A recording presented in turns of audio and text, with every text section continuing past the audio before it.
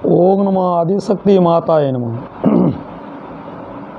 दर्शक भाई बहन बंधु एवं माताओं, आज हम आदिशक्ति माता महाकाली जो प्रत्येक जीवों का दुख दूर करने वाली है, प्रत्येक कष्टों को मिटाने वाली है, माता का रूप ही काला है क्योंकि वह प्रत्येक लोगों का काली छाया को हर कर और जगत को प्रकाशित करती है।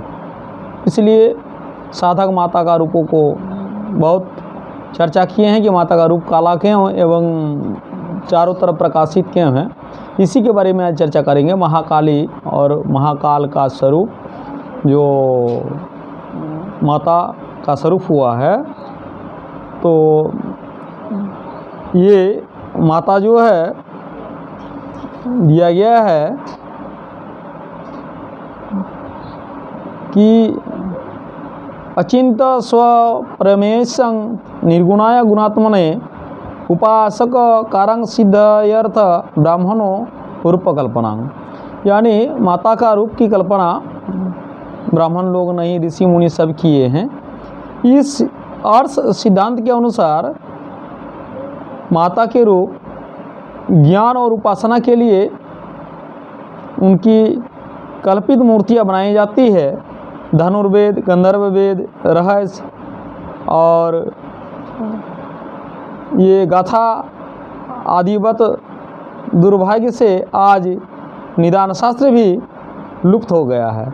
मूर्तियों की रचना निदान विद्या का लोप है।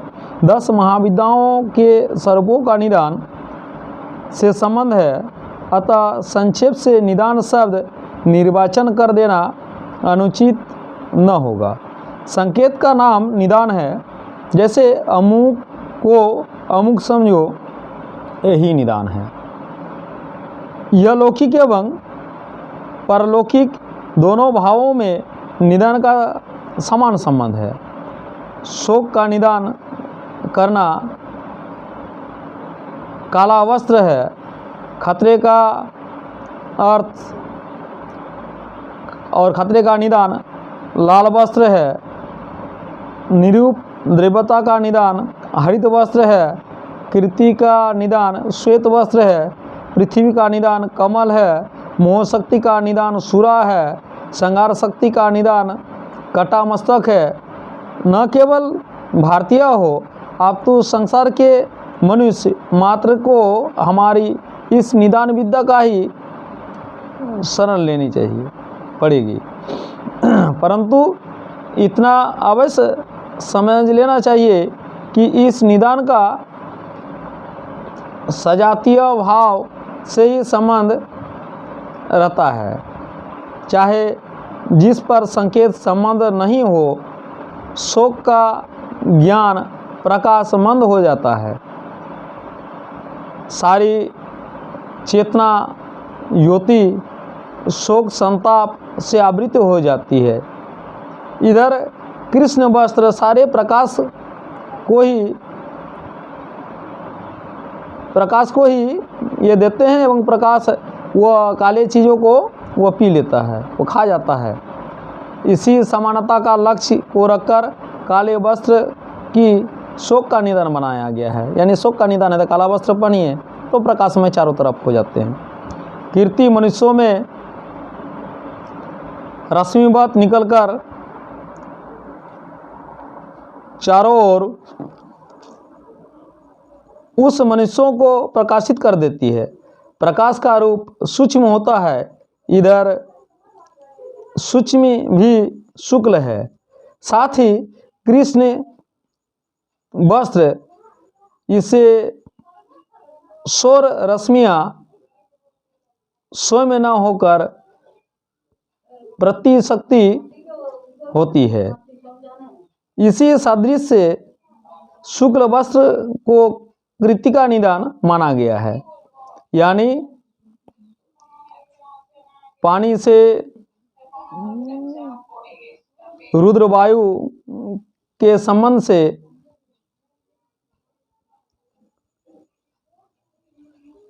बनता जाता है। यही पानी हरित कोई बनी हुई होती है, यही पुष्कर वर्ण होते हैं। पुष्कर वर्ण जो है किस कारण से होते हैं एवं पुष्कर वर्ण का क्या कारण है, इसके बारे में चर्चा करेंगे। तो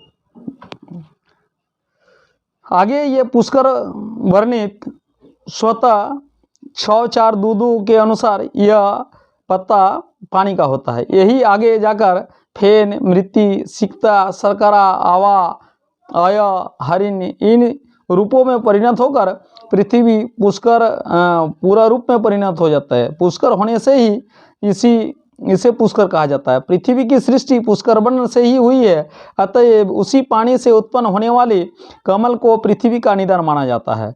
जिस देवता के हाथ में आप कमल पुष्प देखो, विश्वास करो कि संपूर्ण भूमंडल पर उस देव प्राण का साम्राज्य है।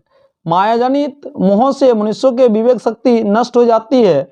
उधर सुरा का भी यही गुण है, अतएव सुरा को मोह शक्ति का निदान माना जाता है। भगवती के हाथों में सुरा पात्र है। इसे ऋषि यही सिखलाते हैं कि उस महामाया ने अपनी मोह मदिरा से सबको उन्मत्त बना रखा है। फांसी रक्तपात है, अतएव रक्त वस्त्र को ही इसका निदान माना जाता है। खूब बरसात होने पर वृक्षों में हरियाली आ जाती है, रुक्षता जाती रहती है, चारों ओर शांति का साम्राज्य हो जाते हैं। अतः हरे वस्त्र को शांति रस का निदान माना जाता है। स्टेशन पर हरी झंडी निरूपता द्रव्य का निदान है, लाल झंडी खतरे का द्योतक है। इस सब उदाहरणों से बतलाया जाता है कि निदान अनुभव भाव से ही संबंध रहता है। प्रकृति में शक्ति तत्व ही निरूपित है, अतः प्रधान रूप से शक्ति प्रतिमाओं के अनेक रूप है। किसी के 64 भुजाएं हैं तो किसी के 32, किसी के जिह्वा निकल रखी है, किसी के हाथ में कमल है, किसी के हाथ में नरमुंड, किसी के करतरी या कैंची, किसी के परशु है, कोई मुर्दे पर खड़े हैं, कोई अट्टहास करते हुए सुरापान कर रही है, कोई नग्न है।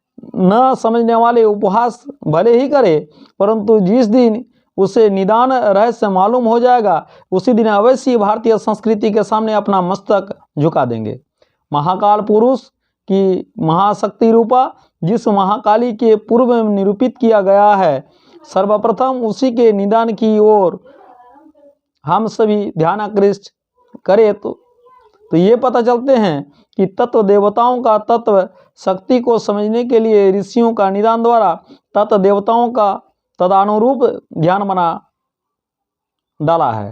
प्रत्येक देवताओं की उपासना विधि के प्रारंभ से ही अथ ध्यानम लिखा रहता है। ऋषि आदेश करते हैं कि जिस देवताओं को तुम उपासना करने चल रहे हो, उसके पहले उसके स्वरूप को ध्यान करो। यदि महाकाली की उपासना करना चाहते हो तो महाकाली की जिस रूपों में दिया गया है उस वैसा देना होगा कि सबरूढ़ांग महाभमांग घोरद्रष्टंग हसनमुखीम चतुर्भुजम खड्ग मुंड राभयकरंग शिवाम मुंडमालाधरंग देवी ललाजिह्वा दिगंबरीम एवं संचेदित काली शशानालय वासिनीम। ये स्मरण करने से माता काली सुप्रसन्न भी होते हैं और माता काली का किस प्रकार से ध्यान आराधना की जाती है ताकि जीवों का कल्याणार्थ कर सके, आगे का वीडियो में बताएंगे। तब तक दर्शक भाई बंधुओं सबसे मेरा विशेष आग्रह है कि please like and subscribe my channel. ओम नमो आदि शक्ति माताये नमः।